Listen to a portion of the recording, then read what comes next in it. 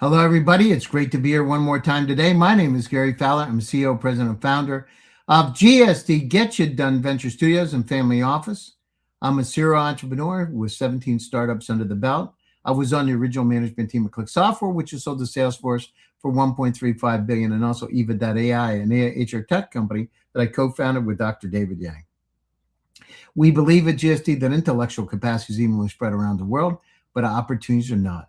So today, on another exciting episode of GSD Presents Top Global Startups, where I bring the visionaries who not just building companies, but reshaping entire systems. My conversation today is different. It's deeper, it's personal, it's incredibly important. Today, I'm joined by Sweta Patel, founder of Healveda Care and the creator of Make Me Visible, a platform designed to tackle one of the most overlooked but critical failures in modern society, the breakdown of accountability across complex systems. After surviving multiple life threatening autoimmune conditions and navigating a maze where healthcare, legal, and institutional systems failed to take ownership, she didn't just recover, she rebuilt the model. She's advised over 200 high growth startups in Silicon Valley, won first place at Stanford GSB Graduate School Business Pitch Fest, and now is pioneering a new category, turning lived experience into enforceable systemic accountability. Today, we're going to explore what happens when systems fail, and more importantly, how to redesign them so they never fail again. For that, I'd like to bring her on board. Hello, how are you today? Doing great, Gary. How about yourself? No, I'm always doing great. But it's great. It's great to have you here. You know, your work comes from a lived experience. You've gone through it. I know you and I have shared this, but can you take us back to the moment when you realized the system wasn't just broken, it was failing you personally? I would say since birth. But I just, at that time, I wasn't, I guess, aware enough to know. I kind of just went with how I was being conditioned.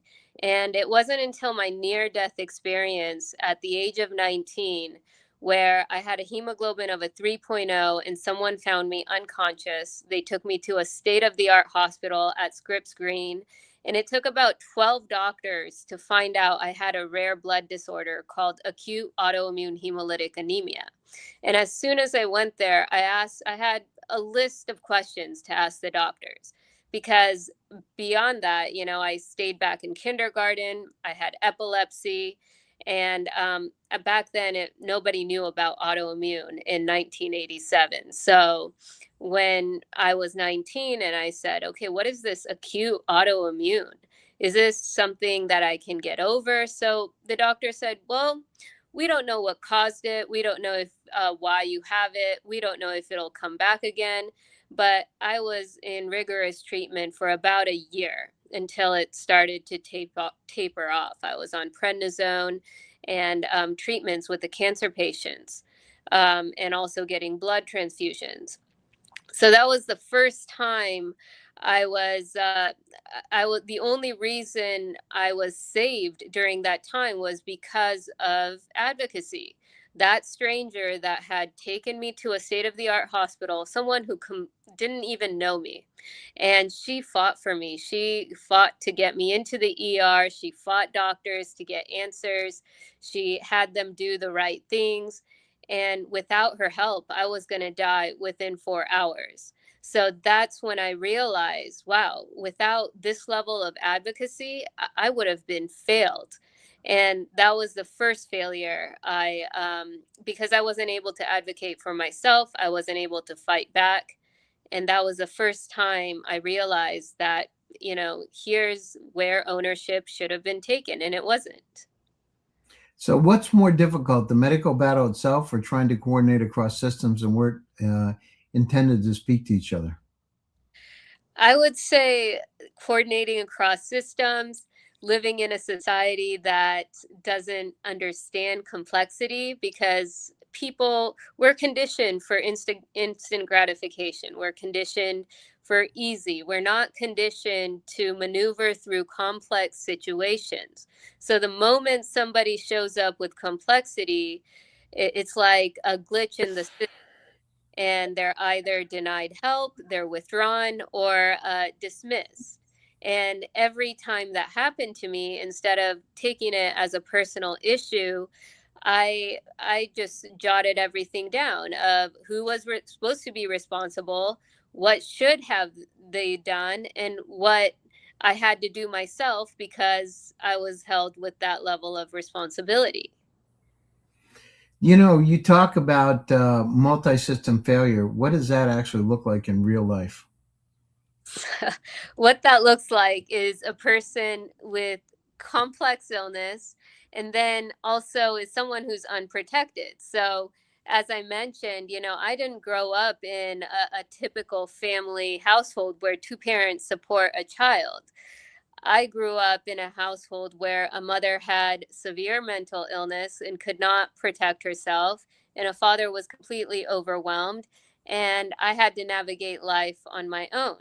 So I was the person that was constantly targeted when it came to law enforcement, when it came to the justice system, when it came to getting You, exploited. they targeted you? Yes. So, one of the instances I faced was I was buying a house, and I went to Fairway Independent Mortgage, and I filled out everything in their portal, and they created an organized crime where they stole $270,000 from me. Who was that? The group that did the mortgage? The lender that had the fiduciary duty to They protect. took money from you? Yes, and the state of Nevada found out. They entered a guilty plea, and still nothing was enforced, even at that high escalation path. Did you ever get your money back? No. And so, as someone who had to maneuver through these disabilities, was left at that time at bodily risk, and did not have a support system, why is someone left alone without anyone taking responsibility and intervening? So these are the types of gaps that I um, basically figure out and escalate and record the pattern around, because I see that the time that something gets complex, the time that something requires real responsibility, the time that something requires intervention of a person that basically has to do the right thing, not just sit back because they're not incentivized, that's when people were leaving me. And so, at the end of the day, I asked, why was your comfort more important than my safety? And because I've endured all these situations, I created Make Me Visible, so I can, instead of people, because society sees this level of failure and they victimize the person facing it, instead of seeing that these people who are responsible for their actions didn't take responsibility. So when I started mapping that out and demanding the responsibility, that's how things started changing. And then I also invited others who have faced similar level of failure by systems to be able to get some sort of intervention in their situation. Otherwise, you just get state agencies, you get lawyers that abandon your case midway, you get health professionals that leave when you don't have just a simple issue like diabetes that just needs insulin. Well, I mean, You you had a lot of stuff going on. How do you go down through? So, if you're going down through this, how do you stay positive when you're going down through? You lost $270,000. You don't have anybody there to support you. How do you go down through? What do you do? Because it would be interesting for the audience. How did you go down through and take care of yourself so you wouldn't go down and be depressed and those kind of things? How did you keep yourself up and move forward? So, it's a very interesting question, because I've never, despite, surviving all of this, I've never had anyone ask me how I actually survived it. Because if I were to really go into it and see a person like me versus someone like an Amanda Bynes or a Britney Spears or Aaron Carter, these people who had, similar sorts of visibility and failures, the difference is that they depended on systems. So say that, the medical system or the legal system failed them, then or even the workplace. These people would not know what to do. They would not be resourceful enough to be their own system. For someone like me, I already knew that I was going to be abandoned. I already had built an internal system. And how So old are you when that happened? How old were you? I was about 15 years old Wow. because, You were living by yourself? yeah, I was living with a coach at that time, but I was very young. And because I knew Like a that, gymnastics coach or somebody like that, or a life coach, or what kind of coach? like a fitness coach, Wow. and I had found her in just a random gym I had gone to, and she could completely see a person like me. And she knew I didn't come from a supported family or anything. So Wow. she kind of was supporting me at that time. And that's when I realized, I said, look, we live in a world where support is conditional. Anyone can pull the plug at any time, and I need to build an internal system that's strong enough to survive any sort of abandonment. And that was my focus from a very young age. Because as I grew older, it's exactly what happened. Because my father passed away, my dad was a multimillionaire, and everything went to my mother. And my sister had created an organized crime with 6 other members to steal millions from my mother, leave her unprotected, and isolate me. And I was denied to my own. Did you ever get in trouble for that? No. And I was completely isolated, denied at my own father's funeral.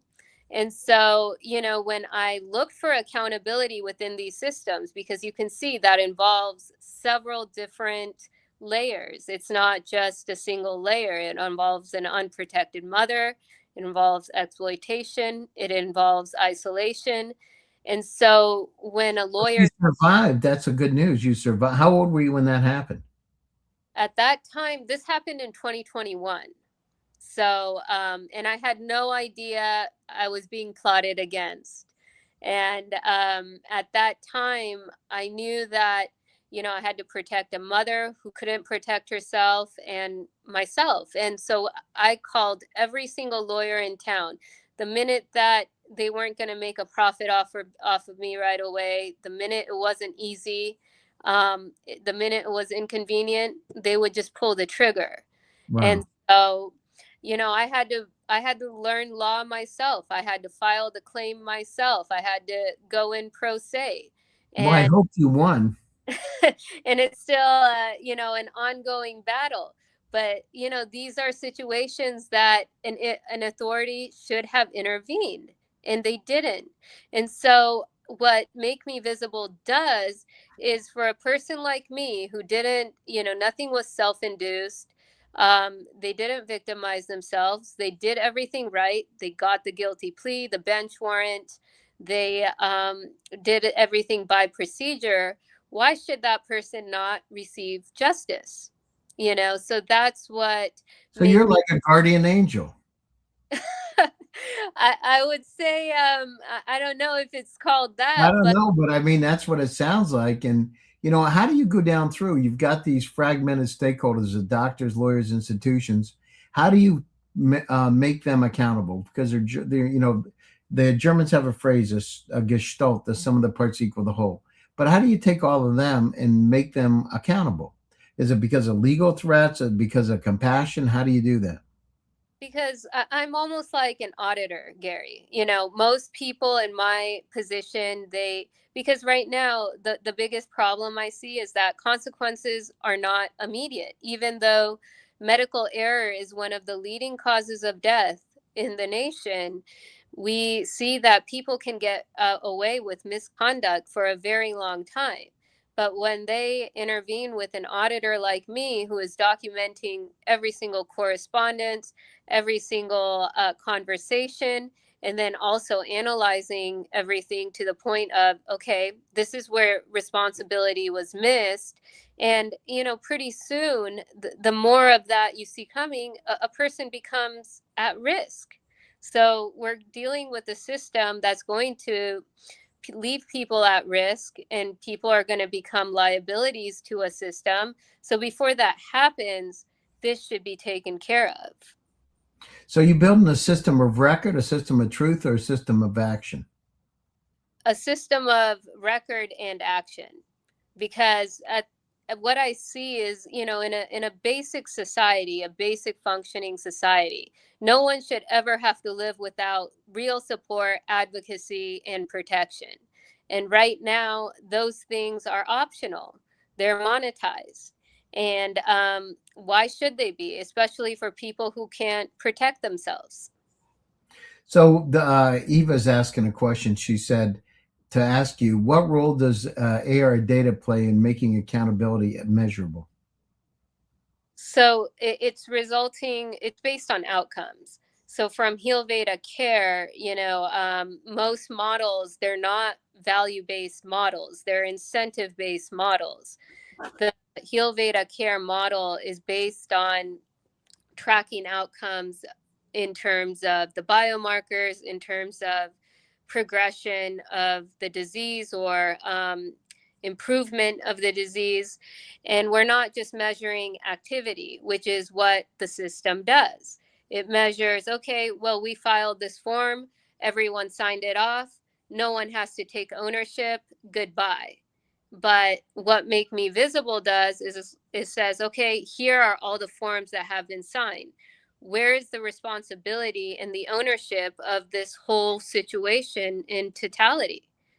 And so that's where Make Me Visible comes in and figures that out and makes sure that the people are held responsible. Because right now we live in a federalistic environment where everyone can do their job and just call it a day, and no one's responsible for the entirety of the harm. And that could leave a person extremely in a dangerous position, and we're seeing it already. So how do you prevent systems from shifting blame even after visibility is introduced? Because right now, people can share their stories, right? They can share their insights on what has happened to them.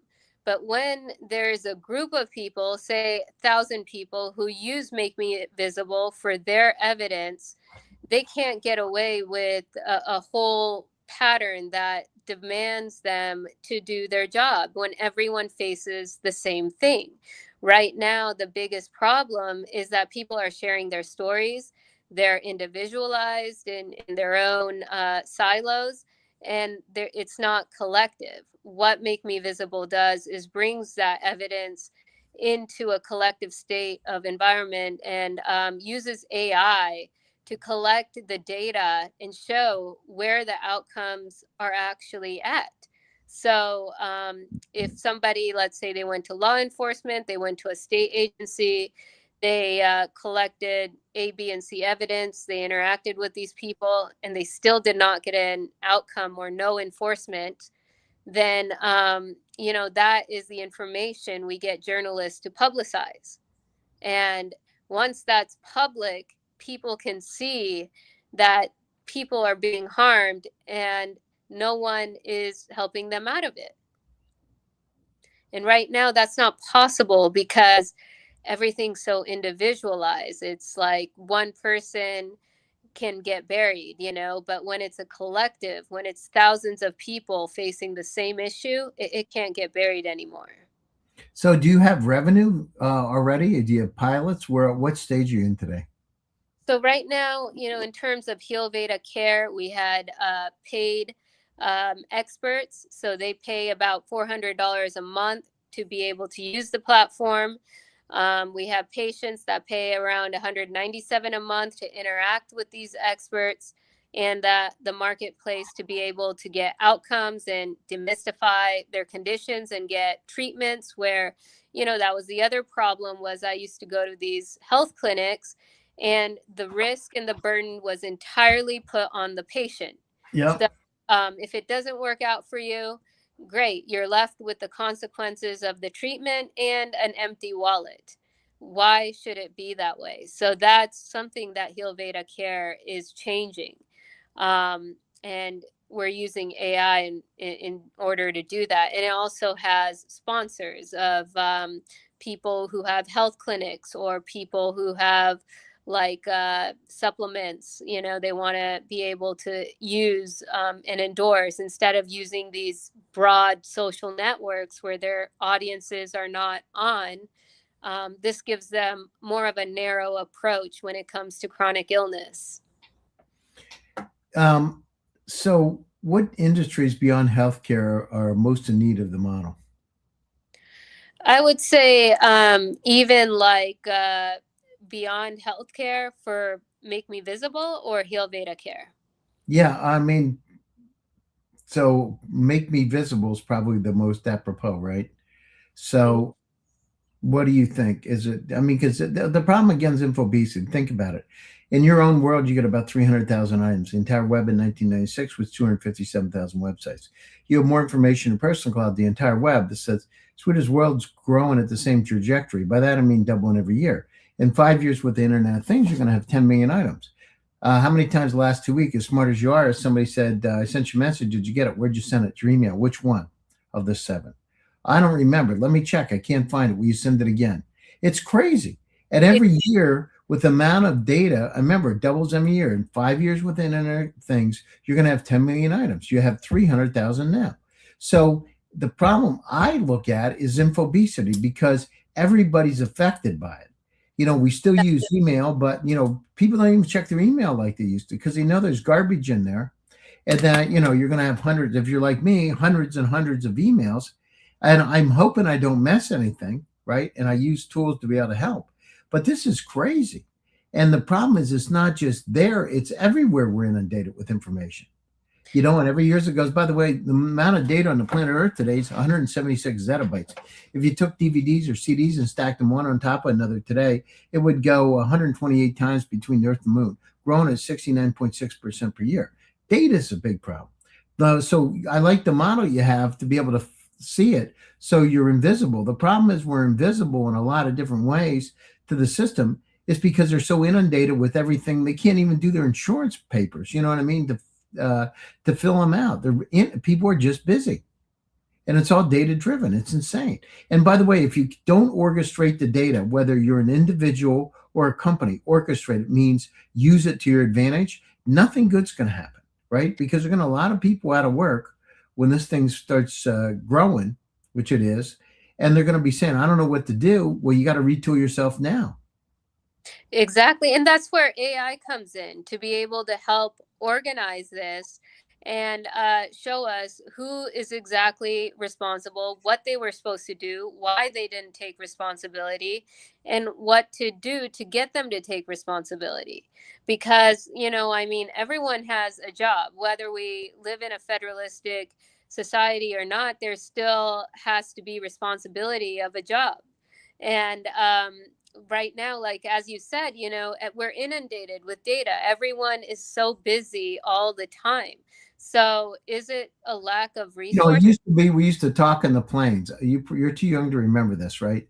But it used to be when you'd fly on a plane and you sit in first class, you always had somebody to talk to. Now nobody talks. They don't Exactly. say a word. They're in on their phones doing stuff or on their computers.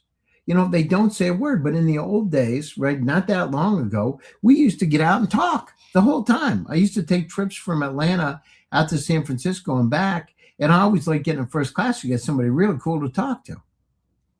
Exactly. And that's the other issue is like nobody is really intervening in another person's life, and it's because they don't have to. No Oh, one's it's because the people don't open the doors for them to come in too. They're not like saying, "Hey, listen, I can't tell you how many times over the last year I've tried to initiate a conversation and just to be kind and talk to people, and I'm really busy, and they're on their phone goofing around, and it's just crazy. You're listening to them, you're thinking this is not like the way we've missed the human part of being together. It's kind of like we use the AI. So with my Eva here, I use the AI to supplement my relationship, not to replace it. You could replace your relationship and talk to it all the time, which I think would be a little loopy if you did it. But she would go. She would love it, actually. she learns all about me. She's got, she knows what I like to eat. Well, I mean, we talk about it. But we've got to go down through in society and understand that there's infobesity and we don't solve these problems. Nothing good's going to happen to our planet. Like, I mean, you can always, the by 2050, you have to double the food supply and can't increase the number of cattle because 26% of pollution is methane gas from cows. What's it mean? Plant more plant-based protein. What's it mean? From the field to the table, we have to optimize everything. Because just like you're talking about healthcare today, just like we're talking about these experiences at a hospital today, those things are data driven. And the data, if we don't go down through and change some of these behaviors, we're not going to be around by 2050, double the food supply to feed everybody. And if we don't work on that, nothing good's going to happen. I wouldn't want to be around in when this happens, right? Because they're going to have food riots and everything else.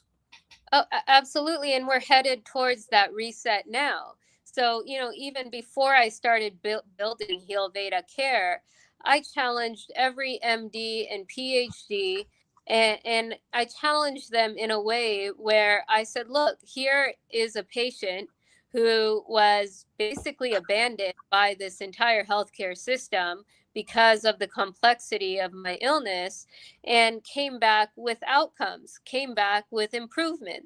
Instead of seeing They that don't, person. they don't believe that a lot of times because they don't think you can without the medicine. I've had those conversations. Yeah. It's like that can't happen. With So, my father had a stroke, and they were saying at the hospital he would. There's a good chance that he may pass, right? Or mhm. at the very least, he may not be able to walk again because he had a stroke. And I went out to the hospital. I never forget it. This is the real story. So go out. I flew from California to Pennsylvania. I go to the hospital. I go in there. My dad's laying down in the bed, and I didn't even know what to say. Honestly, like I'm an only child, and it's my dad, right? My last living relative on my mom's side, or my dad's side. I'm sorry. And so anyhow, I'm there. What did my father always want, but he never had? What did he talk about? And I'm thinking, well, he always liked shotguns. I never talked about cars much, but there was a handful of things. And I remember the thing he wanted the most was a dog, right? A basset hound. So I said to him, he's laying in bed, and I don't know what to do. Like, I'm shocked. Like, you're seeing your dad, who's the strongest guy in the world, you thought at the time, laying in bed that's, weak. And I said, hey, Dad, I'll buy you a basset hound if you get better. And he turned his head and he said, you promise? I mean, I would have said anything. I could have said a boa constrictor, a boa snake, anything. I said, yeah. He said, okay, I want a brown and white female. They're friendlier. So I had to go all over the United States and find a dog. I brought the dog to his house. Now, get this, he was in a wheelchair. My father walked and talked within 2 months. And Wow. it was because of love. Love drove the behavior. So, there's what is it? Viktor Frankl said, man's first for meeting. And the thing is, love helps a lot. And, the problem is, you got to first love yourself. You got to look in the mirror. And a buddy of mine told me this a long time ago. And he said, you got to look in the mirror and you got to say, listen, I love that guy. I love that girl. And look at yourself and just reaffirm that that's what you want. Instead of like, the problem is sometimes we put those feelings on other people and they're weak. The thing is, you got to yourself bring yourself up by the bootstraps and be happy. All of us, all the time. It's not a one It, shot deal. no, you're absolutely right. As someone who spent her entire life self rescuing, this is something that I didn't receive, that my own system had to self generate, because there was a whole society of people. It wasn't just my body against me, it was the world against me as well. And because the perspective of the world was so different from who I knew I was, it kind of separated that from what everyone was projecting.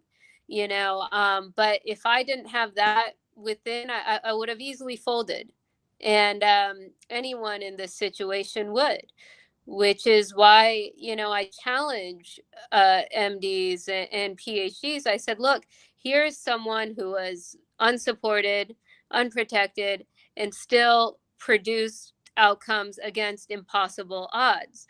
Can you do the same? Because I believe that's where skill is really revealed in crisis, in moments where you really don't have much to work with, but you're able to produce outcomes.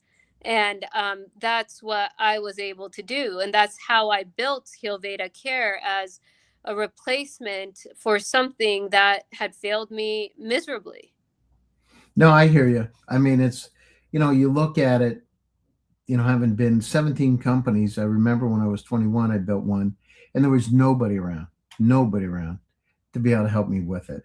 And I had to lose. I mean, I knew you could go to the bank and get a loan, and I went to the bank and I got a personal loan, which is, should never do it, but I did it. I went over and got it. I built 29 houses. I was not an architect, but I, became pretty good at it, drawing, and I built houses up to 8,000 square feet. The point is, you can do anything if you believe. In fact, that's my TED talk. It's called Unleashes Human Potential. You can do anything, but most people never try. You're resilient. You came through it. Sometimes what happens when you're going through what you did, you get these emotional hooks inside of you that you can never get rid of. But you got to shake them away and get rid of them so you can live a full life. All of us. I was with Rupert Murdoch's right hand man. So I had dinner with him in Palo Alto with the brother of the co founder of Google, right? So Carl Page. And Andrew Staginski was alongside of us. And Andrew said, I've studied 3,000 entrepreneurs and I gave this information to Rupert. I said, what did you say? And he said that, we studied them and wouldn't understand why they were successful. And I said, what did you come up with? I said, just tell me one thing. And he said, amnesia. And I said, amnesia? What do you mean? Like, I'm a psychologist too. I'm like, okay, I understand retrograde and anterograde amnesia. What are you talking about? He said, they never, ever talk about the past. They only use it in context, ever. They only think about going forward. They don't let the strings, the situation where they failed or had a failed relationship hold them back. None of them. He said that was the common thread. They just let it go.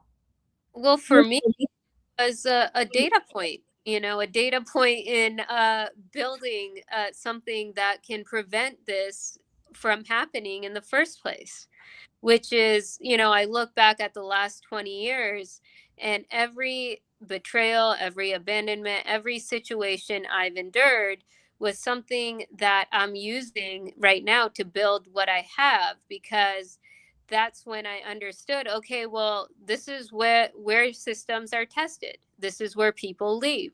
This is where relationships don't hold. And once you know that, it becomes very predictable. No, I agree with you. I agree 100%. Listen, we're over the time. I didn't realize it. We're over the time on the show. I want to say I appreciate it. If you want to stay on for a few minutes after the show to talk, we can talk. Thanks for taking time out of your busy schedule. Closing thoughts, and how do people get a hold of you?